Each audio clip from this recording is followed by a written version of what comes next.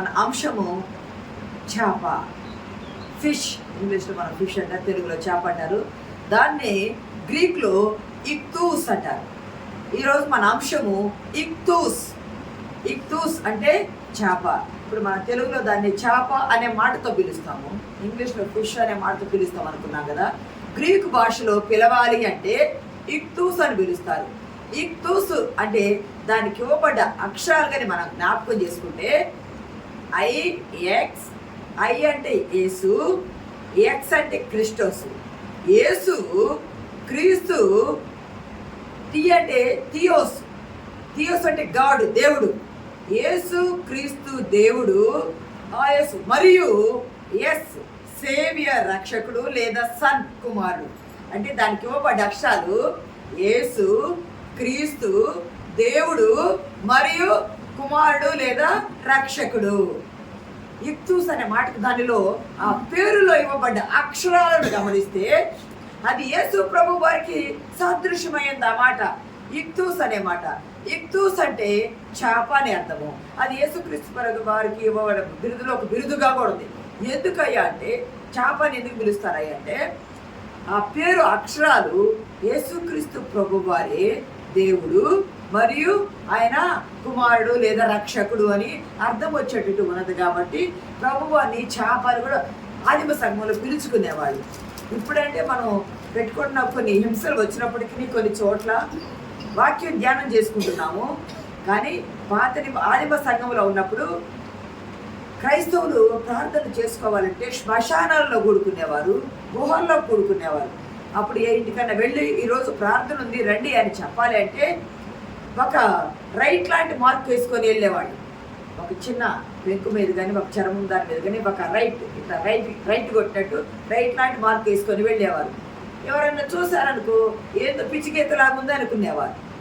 అది Roman government ఎక్కడ ప్రార్థనలు జరగనీయకుండా యూద ప్రభుత్వం చూసేది కదా. అక్కడ ప్రార్థన ఏదో కొత్త మతం వచ్చిందన్నట్టు, కొత్త దేవుడిని చెప్తున్నారు అన్నట్టు చూసేది కదా. ఇట్లా రైట్ లాగా వేసుకొని ఇళ్ళ దగ్గరికి వెళ్ళేవారు. ఈరోజు ప్రార్థన ఉంది పలానా చోట అని చెప్పిన తర్వాత వాళ్ళు ఏం చేశారు, దాన్ని పైనుండి రైట్ ఇట్లా కొట్టేవాళ్ళు. ఇట్లా ఇట్లా ఇట్లా రైట్ కొట్టి వాళ్ళు అక్కడ తీసుకెళ్లేవాళ్ళు. పైనుండి వాళ్ళు ఏం చేస్తారు, ఇట్లా కొట్టేవాళ్ళు. అంటే అదేమైంది, చేపాకారం వచ్చేసింది. ఇట్లా ఇట్లా వచ్చింది ఒకటి, పైనుండి ఇట్లా కొట్టింది ఒకటి, అది చేపాకారం వచ్చింది. చేపాకారం అంటే ఎవరైనా చూడగానే ఏంటి చేపలు వేసుకొని పోతున్నారు, ఇత్తు వేసుకొని పోతున్నారు, చేపాకారం వేసుకున్నారు అని అంటే అదేమనుకునేవాళ్ళు అంటే చేపలు పట్టడానికి వెళ్దామని చెప్పుకుంటున్నారని అనుకునేవాళ్ళు తప్పితే ప్రార్థన ఉంది. యేసుక్రీస్తు ప్రభు వారు దేవుడు, కుమారుడు లేదా రక్షకుడు. ఆయన నిమిత్తము ఈరోజు మనం ఒక చోట కూడబోతున్నామని చెప్పుకోవడానికి ఒక సింబల్గా వాళ్ళు పెట్టుకునేవాళ్ళు. దేవుని నామానికి మహిమ కలుగురు గాక. ఒక సింబల్గా వాళ్ళు పెట్టుకునేవాళ్ళు ఆదిమ సంఘంలో. ప్రియ సంఘమా దేవుని బిడ్డలారా, ఇక్కడ గమనిస్తే యేసుక్రీస్తు ప్రభు వారు పేతురు, ఈ అంశంలో యేసుక్రీస్తు ప్రభు వారు పేతురు కపెర్నహూమునకు వచ్చినప్పుడు యేసుక్రీస్తు ప్రభు వారు ఇంట్లోనే ఉన్నారు. పేతురు బయటికి వెళ్ళినప్పుడు కొంతమంది పన్నులు వసూలు చేసేవాళ్ళు వచ్చి, పేతురు ఏమిటి మీ బోధకుడు పన్ను కట్టడా, మీ బోధకుడు పన్ను కట్టడా అని ప్రభు వారిని అడిగినప్పుడు బోధకుడు పేతురు తిరిగి ఇంట్లోకి వచ్చినప్పుడు పేతురు అడగక ముందే ఆ మాట, అయ్యా నేను బయటికి వెళ్ళాను, అక్కడ పన్ను కట్టించుకునే వాళ్ళు, సుంకం కట్టించుకునే వాళ్ళు ఉన్నారు, వాళ్ళు నన్ను ఈ విధంగా అడిగారు అని అడగక ముందే, సర్వాంతర్యాన్ని సర్వెరిగిన దేవుడు కదా, ఆ మాట అడగక ముందే పేతురు పన్ను ఎవరు కడతారు, అన్యులా రాజులా, ఎవరు కడతారు అని అడిగితే అన్యులే కడతారు, రాజులు కానీ రాజకుమారులు కానీ కట్టరు అనంటే యేసుక్రీస్తు ప్రభు వారు ఎవరు, యూదులకు రాజు, రారాజు, సర్వలోకాది చక్రవర్తి. ఆయన పన్ను కట్టవలసిన అవసరము లేదు. పిలాతు అంటాడు కదా, నువ్వు రాజువా అంటే అవును నీవు అన్నట్టు నేను రాజునే, కానీ ఈ లోకపు రాజును కాదు, నీతి న్యాయమును స్థాపించడానికి వచ్చిన రాజుని. ఆయన రాజే, పరలోకము నుండి దిగి వచ్చిన రారాజు ఆయన. ఆయన సొంత పన్ను కట్టవలసిన అవసరము లేదు. అయినా ఆ పన్ను ఎవరు కడుతున్నారు అని అంటే అప్పుడున్న రోమా గవర్నమెంట్ యూదుల చేత పన్ను కట్టించుకునేది. ఇప్పుడు మత్తయి కూడా ఈ సువార్త రాసిన మత్తయిలోనే ఈ పన్ను కట్టమనేది ఉంది, కానీ మిగతా సువార్తల్లో లేవు. ఎందుకంటే ఈయన కూడా యూదుడు, ఈయన కూడా సొంతం కొత్తదారు పన్ను కట్టించుకునేవాడు కదా ఈ మత్తయి కూడా. అయితే ఇక్కడ ప్రభువారు ఎందుకయ్యా వీళ్ళు ఈ పన్నులు కడతారు యూదులు అని అంటే, యేసుక్రీస్తు ప్రభువారు యూదుడు, పైగా ఆయన రాజు, ఆయనకి యూదుల రాజు, వంశపారంపర్యంగా దావీదు వంశం నుండి వచ్చిన రాజు. ఆయన కట్టవలసిన పని అనేది లేదు, ఆయన పన్ను కట్టవలసిన పని లేదు. కానీ అన్యజనులు మరి ఎందుకు పన్ను కట్టాలి అంటే, ఇతరులకు ఆక్షేపణ లేకుండా, ఇక్కడ ఆ మాట అంటారు కదా, ఆయనను మనం వారికి అభ్యంతరము కలుగు చేయకుండా ఉండునట్లు, అభ్యంతరం 27వ వచనంలో వారికి అభ్యంతరము కలుగు చేయకుండా ఉన్నట్లు మనము కూడా పన్ను కడదాము అని చెప్పారు. ప్రియ సంగమా దేవుని బిడ్డలారా, ఎందుకు కట్టించుకుంటారు వీళ్ళు అంటే, రోమా గవర్నమెంట్ యూదుల దగ్గర పన్ను కట్టించుకొని యూద దేవాలయాలు ఉంటాయి కదా, యూదుల మందిరాలు ఉంటాయి కదా, మందిరాల్లో ఉదయము సాయంత్రము బలి అర్పణలు అర్పిస్తూ ఉంటారు. యాజకులకు యాజక వస్త్రాలు తయారు చేయాలంటే చాలా ఖర్చుతో కూడుకున్న పని. వాళ్ళకి అవన్నీ ఉదయ సాయంత్ర బలుల అర్పణలకైతేనేమి, యాజక వస్త్రాలు తయారు చేయడానికైతేనేమి, దేవాలయానికి సంబంధించిన ఖర్చుల నిమిత్తం వాడటానికి పన్ను కట్టేవాడు. ఆ డబ్బులు గవర్నమెంట్ వసూలు చేసి యూదా దేవాలయాలకు పంపిస్తుంది, యూదుల దగ్గర నుండి కట్టే పన్ను. అయితే ఇప్పుడు కడుతున్నారు అది. మరి పాత నిబంధనలో కూడా ఉంటుంది కదా, నిర్గమాకాండము 30వ అధ్యాయం కానీ గమనించినట్లయితే, 30వ అధ్యాయం 11 నుండి 16 వచనాలు గమనించినట్లయితే, ఇశ్రాయేలీలో 20 సంవత్సరాలు నిండిన ప్రతి ఒక్కరూ సంవత్సరంలో మొదటి నెలలో వాళ్ళు ఏం చేస్తారు, పన్ను కట్టేవాళ్ళు. ఏం పన్ను కడతారు, 1/2 తులము వెండి తీసుకెళ్ళి, ఇప్పుడంటే కాయిన్స్ వచ్చినాయి, నోట్లు వచ్చినాయి, అప్పటి రోజుల్లో వెండి చెల్లుబాటులో ఉంది కాబట్టి 1/2 తులము వెండి తీసుకొని వెళ్ళి 20 సంవత్సరాలు పైబడిన ప్రతి ఒక్కరూ సంవత్సరానికి ఒకసారి సంవత్సరంలో మొదటి మాసంలో 1/2 తులము వెండి దేవాలయంలో చెల్లించేవాళ్ళు. ఎందుకంటే దేవాలయం ముందుకు కొనసాగడానికి, ఆ యాజకత్వ పనులు ముందుకు కొనసాగడానికి పన్ను రూపంలో చెల్లించేవాళ్ళు. మరి ఎవరు కడతారు పన్ను అంటే, ఇందాక అనుకున్నాం కదా, గలతీ పత్రిక 4వ అధ్యాయము 7వ వచనంలో ఒక మాట ఉంటుంది. కాబట్టి నీవిక దాసుడవు కావు, నీవు కుమారుడవే. కుమారుడవైతే దేవుని ద్వారా వారసుడవు. నీవు కాబట్టి నీవిక దాసుడవు కావు. యూదులకు ఒక దాసత్వం ఉంటది, పన్ను కట్టించుకుంటా ఉండేవాళ్ళు, ఒక దాసత్వం ఉంటుంది. కానీ యేసుక్రీస్తు ద్వారా ఆ దాస్యం పోయింది. ఆయన కుమారత్వం, ఆయన రాజు, మనం ఎవరివి, రాజకుమారులని, ఆయన పిల్లలమే మనము. ఆయన రారాజుగా వచ్చాడు, యూదుల రాజుగా వచ్చాడు, రక్షణ ఇచ్చుటకు వచ్చాడు. కాబట్టి ఆయన వారసత్వంలో నీవిక కుమారుడవే, నువ్వు దాసుడవు కావు, మనం కుమారులుగా అయ్యున్నాము. ఈ పన్నులు కట్టించుకుంటా వాళ్ళు ఇంకా యేసుక్రీస్తు ప్రభు వారి మీద ఏమి నేరం మోపారయ్యా అంటే, లూకాసు వార్త 23వ అధ్యాయం 2వ వచనంలో ఒక మాట ఉంటుంది. ఇతడు నా జనమును తిరగబడ ప్రేరేపించుచు కైసరునకు పన్నియవద్దనియు. ప్రభువు మీద మోపబడిన నేరముల్లో ఇది ఒక నేరము. ఏమని అంటారు, ప్రజలను ఏం చేస్తున్నాడు, తిరుగుబాటు చేస్తున్నాడు. ఏమని తిరుగుబాటు చేస్తున్నారు, మీరు పన్ను కట్టవద్దు, కైసరికి పన్ను కట్టవద్దు, నేనే రాజుని, మీరు పన్ను కట్టవద్దని తిరుగుబాటు చేస్తున్నారని యూదులు మోపిన నేరముల్లో ఇది ఒక నేరముగా ఎంచారు వాళ్ళు. కానీ ప్రభు వారు పన్ను కట్టవద్దని ఎక్కడా చెప్పలా. పేతురు, మనము వారికి అభ్యంతరం కలుగు చేయకుండా ఉండునట్లు మనం ఏం చేయాలి, వారికి పన్ను కడదాము. నువ్వేం చేస్తావు, గలిలయ సముద్రానికి వెళ్ళు, దాన్నే తిబేరియా సముద్రము, గలిలయ సరస్సు అని అంటారు. గలిలయ సముద్రమునకు వెళ్ళు, అక్కడికి వెళ్ళి నువ్వు గాలం వేసి గాలమునకు వచ్చిన మొదటి చేప, ఆ చేప నోట్లో ఒక షెకేల్ ఉంటుంది. ఆ షెకేల్ తీసుకొచ్చి నీకు నాకు ఇద్దరికి కట్టు. మనం కట్టాల్సిన, మన స్వతంత్రులమే, మన కుమారులమే. రాజులు భూసొక్కు ఏదైనా సొక్కు కట్టాల్సిన అవసరమో లేదు. మన అయినా అభ్యంతరం కలగకుండా ఉండటానికి నీవు కట్టయ్యా అని అంటే గమనించండి. ప్రభువు వారు పోయే నా చేప రొట్టెలో ఆ కాయిన్ పెట్టి తీసుకొచ్చి ఇవ్వని ఏం చెప్పరా, కానీ అది మింగిందో తెలియదు, ఏమైందో మనకైతే వివరం తెలియదు. కానీ సర్వము ఎరిగిన దేవుడు, ఆకాశము, భూమి, సముద్రము, వాటిలో ఉన్న సమస్తము ఆయనే కాబట్టి, సమస్తం ఆయన ఎరిగి ఉన్నాడు కాబట్టి నువ్వు గాలం వేసి మొదట వచ్చిన ఆ చేప రొట్టెలో షెకేలు ఉంటుంది. ప్రభువునకు ఎరుగు, సమస్తము ఎరుగులు కనుక ఆయన షెకేలు తీసుకొచ్చి నీకు నాకు కట్టు. షెకేలు అంటే అరషెకేలు పొందాలి, సగం షెకేలు సగం. ఒక అరషెకేలు అంటే 2 రోజుల కూలి. ఒక అరషెకేలు పన్ను అంటే 2 రోజుల కూలి, 2 దినాల కూలి సరిపోయే కూలి అనమాట.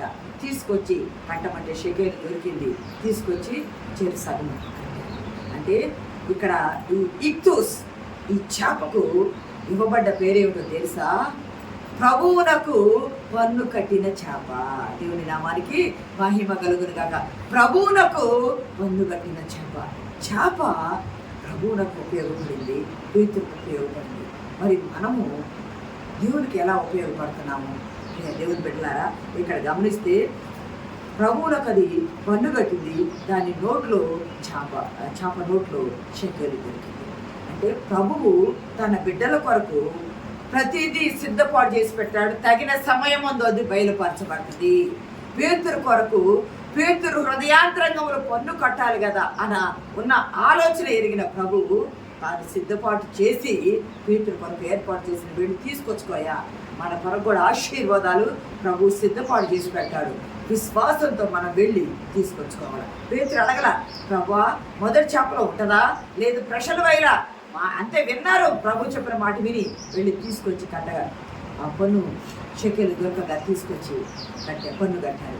అక్కడ వారి అవసరత అనేది తీరిపోయింది. అంటే ఇక్కడ ఏమిటాయి అంటే పన్ను కట్టిన చేప. ఇక్కడ ఇవ్వబడ్డ అంశం పన్ను కట్టిన చేప. ప్రభువు పేతురుతో ఉన్నాడు కాబట్టి పేతురు అవసరం తీరిపోయింది. దేవునికి మహిమ కలుగును గాక. 2వ లూకాసు వార్త 5వ అధ్యాయము 6-7 వచనాలు చదువుకుందామండి. వారు అలాగ చేసి విస్తారమైన చేపలు పట్టిరి, అందుచేత వారి వలలు పిగిలిపోచుండగా. ఇక్కడ సందర్భం గమనించినట్లయితే యేసుక్రీస్తు ప్రభు వారు ఆ సముద్రపు దరికి వచ్చినప్పుడు అక్కడ 2 దోణెలు కనిపిస్తా ఉంటాయి. ఆ 2 దోణెలు పేతురు ఇంకా కొంతమంది యాకోబు, యోహాను, కొందరు శిష్యులు ఏం చేస్తున్నారంటే వలలు బాగు చేసుకుంటా ఉన్నారు. వలలు బాగు చేసుకుంటా ఉన్నప్పుడు ప్రభువారు అక్కడ ఉన్నారని చెప్పి శిష్యులు వచ్చారు, కొంతమంది ప్రజలు వచ్చారు. పేతురు దోణి ఎక్కి కూర్చొని ప్రభువారు ఏం చెప్పారు, వారికి బోధించి వారిని పంపివేసిన తర్వాత పేతురు దోణిని కొంచెం లోతుకి నడిపించి వల వెయ్యి అని చెప్తారు.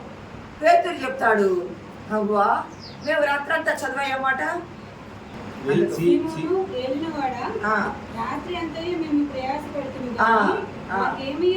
అందుకు ముందు లైన్ కూడా చదవమ్మా, అందుకు ముందు లైన్ కూడా.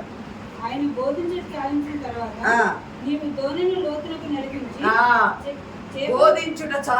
తర్వాత దోణెను లోతులకు నడిపించి చేపలు ప్రభు వారు చెప్పారు. అక్కడ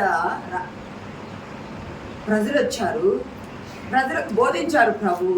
బోధించి వారిని పంపివేసిన తర్వాత దోణి ఎక్కి మీరు లోనికి పోదండి అని సముద్రం లోనికి దోణిని తీసుకొని వెళ్ళి వల వేయండి పేతురు అని చెప్పినప్పుడు పేతురు అంటాడు, ప్రభువా మేము రాత్రి అంతా వల వేసామయ్యా, రాత్రి అంతా వల వేసాం కానీ ఒక్క చేప కూడా పడలేదు. రాత్రి అంతా వల వేసాం, చేప పడలేదంటే లోతుకు నడిపించి మీరు వల వేయండి. అక్కడ ఒక ఆత్మీయంగా మనం ధ్యానం చేసుకుంటే కొంతమంది పండితుల అభిప్రాయం ప్రకారము చేపలు సైంటిఫిక్ రీజన్గా కూడా గమనిస్తే చేపలు పగటిపూట పడవు. ఇంతకు ముందు కూడా చెప్పాను నేను ఒకసారి మీకు. చేపలు పగటిపూట వలలు వేస్తే పడవు. ఎందుకు పడవు అంటే పగటిపూట సూర్యుని కిరణాలు ఆ నీటి మీద పడ్డప్పుడు నీరు వేడెక్కిపోయి చేపలన్నీ ఏం చేస్తాయి, నీటి అడుగు భాగానికి వెళ్ళిపోతాయి. చేపలన్నీ నీటి అడుగు భాగానికి వెళ్ళిపోయినప్పుడు వలలు వేసినప్పుడు అడుగు భాగానికి పోతే చేపలు రావు. రాత్రిపూట ఎందుకు చేపలు పట్టడానికి వేటాడటానికి వెళ్తారాయి అంటే రాత్రిపూట చంద్రుని చల్లదనానికి నీళ్లు చల్లబడతాయి, భూమి అడుగున వేడెక్కింది, పైన నీళ్లు చల్లబడతాయి. ఆ చంద్రుని చల్లదనానికి ఆ చల్లదనంలోకి పైకి వచ్చేస్తాయి. పగలపూటేమో చేపలు అడుక్కుపోతాయి, రాత్రిపూటేమో పైకి వచ్చేస్తాయి. పైకి వచ్చినప్పుడు రాత్రిపూట వల వేసి చేపలు పడతారు. మరి రాత్రి అంతా వీరు వలలేశారు కదా, ఎందుకు చేపలు పడలేదు అనంటే ఆత్మీయంగా కొంతమంది పండితుల అభిప్రాయం అంటారు, యేసుక్రీస్తు ప్రభు వారు ఉదయంటప్పుడు అక్కడ బోధించడానికి వస్తున్నారు కాబట్టి ప్రభువు మాటలు వినాలని చేపలంట రాశిగా ఒడ్డుకొచ్చేసినాయి అంట. రాశిగా చేపలు ఒడ్డుకొచ్చేసి ప్రభు బోధిస్తూ ఉన్నప్పుడు ఆ చేపలు కూడా అక్కడ విన్నాయి. ప్రభు ప్రజలను పంపివేసి దోణను తీసుకొని లోనికి వెళ్ళినప్పుడు ప్రభువు దోణతో పాటే చేపలు కూడా ఆయన వెంట నడిచినాయంట. మీరు వలలు వేయండి అయ్యా అని తన శిష్యులకు చెప్పినప్పుడు, పేతురునకు చెప్పినప్పుడు రాత్రంతా పట్టాం ప్రభువా, ఏమీ దొరకలేదంటే అయినా మీ మాట ప్రకారము. అక్కడ గమనిస్తే పేతురు అంటాడు, చదవండి ఆ మాట, రాత్రంతా మేము చేసాం ప్రభా, పడలేదు అని.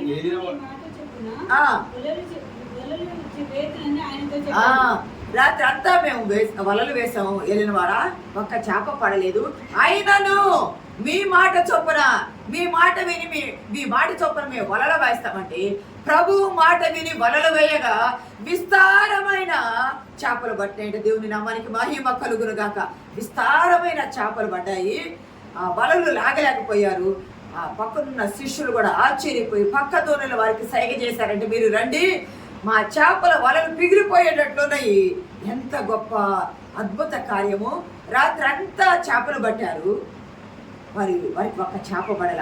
వాళ్ళు జాలర్లే, చేపలు పట్టడం వాళ్ళకి తెలిసే, ఎప్పుడు చేపలు ఉంటాయో ఎప్పుడు చేపలు ఉండవో వాళ్ళకి తెలిసే. కానీ ప్రభు మాట విని వలలు వేయగా చేపలు వలలు నిండా పడ్డాయంట. దేవుని నామానికి మహిమ కలుగును గాక. ఇక్కడ ఇవ్వబడ్డ ఇదేమిటంటే ప్రభువు మాట విన్న చేప, పొన్నుగట్టిన చేప ఒకటి, ప్రభువు మాట విన్న చేప ఒకటి. ప్రభువు మాట విని వలలు నిండా చేపలు పడి అంటే దేవుని నామానికి మహిమ కలుగును గాక. మూడవ చేప చూసుకుందాం, చూడండి. యోహాను సువార్త 21వ అధ్యాయము, 5వ వచనం చూడండి.